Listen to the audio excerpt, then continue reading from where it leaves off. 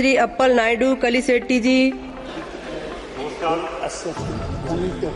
భారతదేశ ప్రజాస్వామ్యానికి ప్రధాన భూమిక వహించిన పార్లమెంట్ భవనంలో వచ్చి మాట్లాడినందుకు అవకాశం కల్పించిన ఆంధ్రప్రదేశ్ ముఖ్యమంత్రి గవర్నర్ చంద్రబాబు నాయుడు గారు, మా నాయకులు లోకేష్ గారికి ప్రజాస్వామ్యానికి ధన్యవాదాలు తెలియజేసుకుంటూ, విజయనగరం పార్లమెంట్ పరిధిలో ఉన్న మా రాజాం పట్టణానికి ఎప్పటి నుంచి 25 ఏళ్ల నుంచి ఒక ప్రతిపాదన ఉంది, రైల్వే లైన్. ఆ రైల్వే లైన్ ఏర్పాటు చేయమని మీ ద్వారా మంత్రి వారికి కోరుకుంటున్నాను.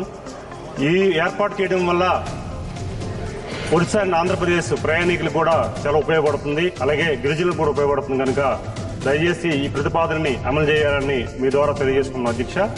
అలాగే ఈరోజు మా పార్లమెంట్ పరిధిలో ఉన్న రైల్వే సమస్యల మీద ప్రత్యేకంగా దృష్టి పెట్టి గతంలో కూడా ఉత్తరాలు పంపించాం, దాన్ని సహకరించమని మీ ద్వారా తెలియజేసుకుంటూ, అలాగే పాత్రికా మిత్రులకు కూడా రైల్వే పాస్ను కూడా అమలు చేయాలని మీ ద్వారా తెలియజేసుకుంటున్నాం. ధన్యవాదాలు.